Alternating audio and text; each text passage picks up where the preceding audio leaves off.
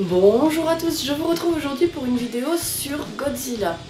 Avant de commencer, il faut savoir que pour moi, Godzilla est un grand symbole de mon enfance. En effet, j'ai grandi avec la super série animée des années 90, où Godzilla, dedans, était présenté comme une gentille. Cette série animée passée sur M6 et absolument toute ma génération la connaît, c'était génial, c'était fait par les mêmes mecs qui faisaient Ghostbusters, donc c'était absolument fantastique.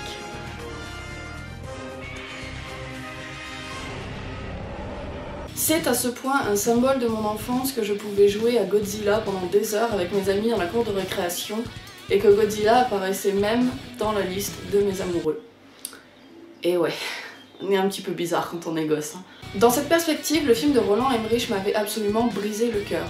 En effet, j'avais, comme dans la série animée, l'impression que Godzilla devait être une gentille. Et ben quand le film se finit comme ça,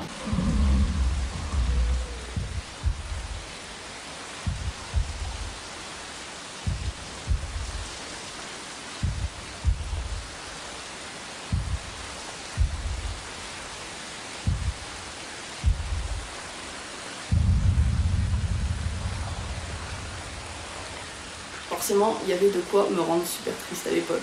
Pour autant, je ne fais pas partie des détracteurs de ce film. Certes, il est bourré de défauts, mais j'avais l'impression que les principaux reproches qu'on lui faisait étaient plus par rapport à son non-respect du Godzilla d'origine, donc du Godzilla japonais, que par rapport au film en lui-même. C'est un point de vue que je peux absolument comprendre, puisque quand on est puriste d'une œuvre, on a envie qu'elle soit respectée. Mais moi, personnellement, je ne suis pas une puriste de Godzilla, et c'est pour ça que le film de Roland Emmerich, j'avais pas envie de le bâcher. Je trouvais qu'en tant que film en soi, il fonctionnait plutôt pas mal, et les running gags étaient plutôt réussis, et que c'était un film de divertissement qui au final se laissait tout à fait voir, et qui n'était pas si dommageable que ça. 16 ans plus tard, qu'en est-il de Godzilla ?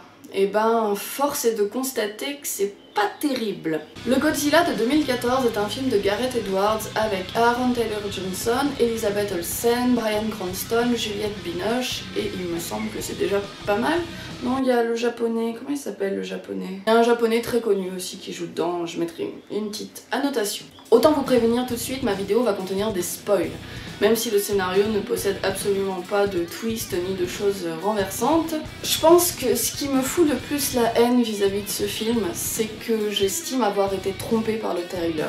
En effet, concrètement, qu'est-ce qu'on voit dans le trailer? Une ambiance post-apocalyptique, une photographie très soignée, Bryan Cranston présenté comme étant le personnage principal, et une ambiance qui sous-entendait une approche plutôt intimiste de la chose. Voilà, donc ça c'est ce que nous montre le trailer. Maintenant si je vous dis que Bryan Cranston mort au bout d'un quart d'heure de film, je pense que vous comprendrez un petit peu mon ressentiment.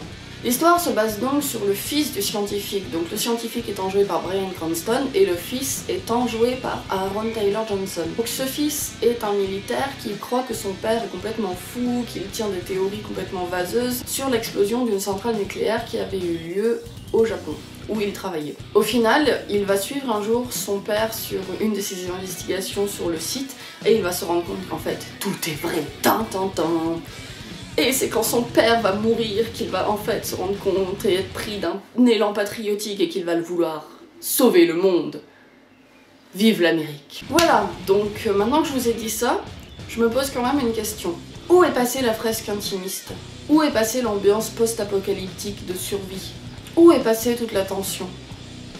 Et ben voilà. C'est bien là le gros souci du film, on se retrouve face à un blockbuster à l'américaine, complètement stéréotypé, bourré de clichés jusqu'à la moelle. Donc il faut savoir que l'histoire à la base se déroule au Japon, et forcément comme c'est au Japon, qui c'est qu'il y a là-bas? Les Américains. Ensuite ça va forcément être les Américains qui vont sauver le monde, comme s'il n'y avait qu'une seule armée sur Terre. Non, il n'y a qu'une seule armée, hein, sur tout le monde entier, c'est les Américains. Donc les Américains, j'ai l'impression qu'ils sont jamais redescendus de leur délire depuis la Seconde Guerre mondiale, qu'ils ont sauvé le monde. Voilà, donc je veux dire, ça fait quand même 50 balais que c'est passé, voire même plus maintenant, 60 balais. Donc il serait peut-être temps un petit peu de changer de discours vis-à-vis de ça et de plus se croire comme étant les héros de la nation. Donc ça c'est quelque chose qui a tendance à beaucoup m'énerver, tout ce patriotisme américain, enfin c'est quelque chose qui a tendance à vraiment me gonfler au plus haut point. Et en même temps ça me fait rire parce que maintenant ça devient une sorte de cliché tellement énorme que c'en est presque un running gag dans tous ces blockbusters où on voit les Américains présentés comme des héros comme ça. Voilà, je préfère en rire. Je préfère me dire que c'est de l'autodérision, hein, de la part du scénariste, on va dire ça. En parlant de scénariste, quelque chose qui me fait énormément de mal en pensant à ce film, qui vraiment me broie les entrailles, c'est que en scénariste principal de ce film, il y a eu Frank Darabont.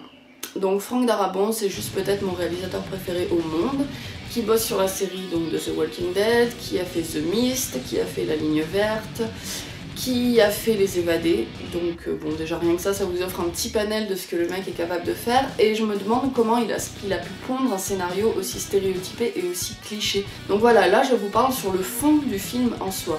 Mais dans le film en soi, il n'y a pas que le défaut de cette espèce d'américanisme profond et qui est bourré de clichés et qui du coup détruit un petit peu toute la saveur du film. Il y a aussi des choses qui sont profondément mal jouées au niveau scénaristique. Par exemple, il y a des moments où on enchaîne des phases de combat qui sont absolument géniales, qui sont très bien tournées, etc. Et d'un coup on cut pour foutre un plan pendant 30 secondes où il y a la nana du héros qui s'angoisse au téléphone et qui essaie de l'appeler « Ah mon chéri, je suis toute seule, ah là là, je suis malheureuse, viens me sauver !» On s'en branle. Putain, mais je m'en branle de voir la nana à l'autre bout du monde qui s'angoisse pour son héros, mais ça n'apporte rien. Ça rajoute juste plus de clichés et de pathos qu'il n'y en avait déjà. Et à la limite, si c'était un personnage important, je sais pas moi, qui au bout d'un moment prenait une décision importante pour sauver les gens de la ville, j'en sais rien, bon, faire un truc quoi. Mais non, elle est juste là pour rajouter le rôle de la nana qui s'inquiète pour le héros. Concrètement, je pense que c'était pour apporter plus d'empathie envers le personnage, mais non, c'est tellement un cliché, c'est tellement un stéréotype que ça n'apporte pas d'empathie. C'est pas possible d'avoir de l'empathie pour un cliché pareil. C'est juste un stéréotype, c'est un personnage stéréotype, c'est rien d'autre. Et c'est ce que je reprocherais aussi au héros. Le héros, comment est-ce qu'on peut avoir de l'empathie pour un personnage qui est aussi lisse? Je veux dire, c'est la caricature de l'américain patriotique qui veut sauver son pays, voilà. Point barre. Il n'a rien d'autre en dehors de ça, je veux dire. Il a connu une histoire tragique parce que sa mère est morte et du coup son père est mort aussi. Ah là là, c'est trop triste. C'est un personnage qu'on a vu, mais dans combien de blockbusters? Mais on l'a vu mais des milliers et des milliers de fois. Il est pas intéressant, il est très lisse. Aaron Taylor Johnson, c'est pas le souci, hein, il le joue bien. Mais il joue un personnage qui est lisse et qui n'est pas intéressant. Donc du coup, Aaron Taylor Johnson, il a un rôle qui est pas intéressant. Et le héros est pas intéressant. Et du coup, qu'est-ce qui se passe quand on a un héros pas intéressant dans un film? Et ça rend le film inintéressant, hélas. Donc c'est ce que je reprocherais beaucoup. Par exemple, il est tellement cliché qu'au bout d'un moment, il se retrouve dans un tram coincé. Donc il y a Godzilla en fond avec les mutos qui sont en train de se battre, etc. Et il y a un enfant asiatique qui est séparé de ses parents. Donc qu'est-ce qu'il va faire évidemment, puisqu'il est très gentil, très courageux, très beau, très fort, etc. Il va sauver le petit gamin. Jusque là on pourrait se dire, ah ben c'est cool, ça va peut-être déclencher une péripétie avec les parents, peut-être. Sait-on jamais, peut-être que les parents par exemple sont très riches et vont lui trouver un jet pour qu'il puisse rentrer chez lui en Amérique, j'en sais rien. Ça aurait pu être quelque chose comme ça, mais non. Au final c'est une péripétie gratuite, juste pour qu'on se dise, ah là là il est tellement gentil, il sauve la petite enfance, très bien. Mais non, ça n'apporte rien. C'est ridicule, c'est cliché, c'est stupide, et ça rajoute encore plus à cette ambiance complètement cliché qui est véhiculée par ce film. Un point scénaristique que j'ai oublié de vous soulever, c'est que ce film se concentre beaucoup sur des mutos. Donc les mutos, ce sont les créatures que Godzilla va affronter. Le design des mutos, je suis désolée, c'est Kyogre. C'est un putain de Pokémon. Le design des mutos, ce sont des Pokémon. Ou alors, ils ressemblent aussi un petit peu à Dynavolt. Moi, je peux pas prendre au sérieux, je peux pas les rendre crédibles, ils peuvent pas me faire peur, je n'y crois pas une seule seconde, c'est des espèces de trucs mécaniques dégueulasses, ils ressemblent à rien, enfin le design est complètement foiré quoi, mais complètement raté. Ça ne ressemble à rien, ça ressemble à des Pokémon, et moi je peux pas, je suis désolée, des Pokémon pour moi c'est pas une menace crédible. Déjà partant de ça, comment tu veux croire à une espèce de tension, à une espèce d'ambiance oppressante, quand les méchants sont complètement à côté de la plaque? Bon, on va quand même parler des points positifs, parce qu'il y en a quand même quelques-uns dans ce film. Déjà, les combats entre monstres sont absolument gigantesques, magnifiques, c'est dantesque, c'est génial, c'est super bien filmé, c'est super beau, c'est hyper bien géré, on a vraiment la notion de leur gigantisme, on voit à quel point ils sont énormes par rapport aux villes et par rapport aux êtres humains. Par contre, ce qui est dommage, c'est que si on en a peut-être une demi-heure sur tout le film, c'est un maximum quoi. Comme quoi, à tout point positif, va y avoir un coup à négatif peut-être. Quelque chose aussi qui est évidemment à souligner, c'est que sur la dernière partie du film, donc on va dire sur allez, les 30 dernières minutes, Il y a une photographie qui est absolument sublime. Je sais pas si vous vous rappelez du trailer où on avait une ambiance rougeâtre, quelque chose d'assez graphique, et ben on retrouve ça pendant 30 minutes, c'est un vrai régal pour les yeux, c'est très beau. C'est très bien filmé, la photographie est géniale sur ces 30 dernières minutes. Hélas, ça fait un peu court sur un film de 2 heures. Mais bon, je râle parce que voilà, j'ai un peu la haine, mais non, il y a quand même des trucs positifs qu'il faut quand même souligner et cette photographie, ça en fait partie. Au niveau du rythme, ça va, hein, c'est plutôt un bon divertissement, on s'ennuie pas, les péripéties s'enchaînent bien. Pareil, ça fait son boulot de divertissement, c'est-à-dire que si Godzilla, vous n'en attendez pas grand-chose, si vous le prenez comme un film vraiment un blockbuster, vous en attendez pas plus que ça, je pense que ça pourra tout à fait vous faire l'affaire parce que le rythme est bon, ça fonctionne. Par contre, si comme moi vous en attendiez vraiment quelque chose, ou que vous attendiez au moins le minimum que ce que le trailer avait le mérite de vous vendre, bah voilà, vous serez, je pense, énormément déçus parce que moi, j'estime vraiment avoir été baisé, je suis désolée, je pèse mes mots, mais baisé par le trailer. Que le trailer, pour moi, est un trailer mensonger, où ils ont foutu Brian Taylor, c'est n'importe quoi. Brian Cranston, qui est donc un artiste devenu bankable à la suite de Breaking Bad, ils ont foutu ça pour se dire « Ah, tous les jeunes, ils vont venir voir notre film ». Ils ont foutu dans le trailer la meilleure partie au niveau de la photographie du film et la meilleure partie au niveau visuel. Et j'estime que le trailer, déjà dans le trailer, on n'entend pas parler des mutos. Enfin, je sais pas, je trouve que le trailer est complètement raté, à la ramasse, et je pense que j'aurais pas vu le trailer, je serais beaucoup moins énervée envers ce film, en fait. Vous remarquerez que ça fait un petit moment que je parle, mais j'ai toujours pas parlé de Godzilla. Bah oui, parce que le film s'appelle Godzilla, mais si on a une demi-heure de Godzilla dans le film, ben c'est un maximum.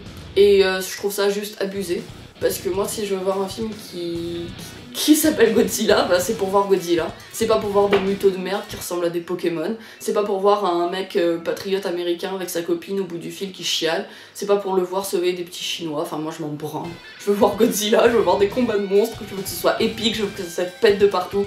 Je veux voir Godzilla.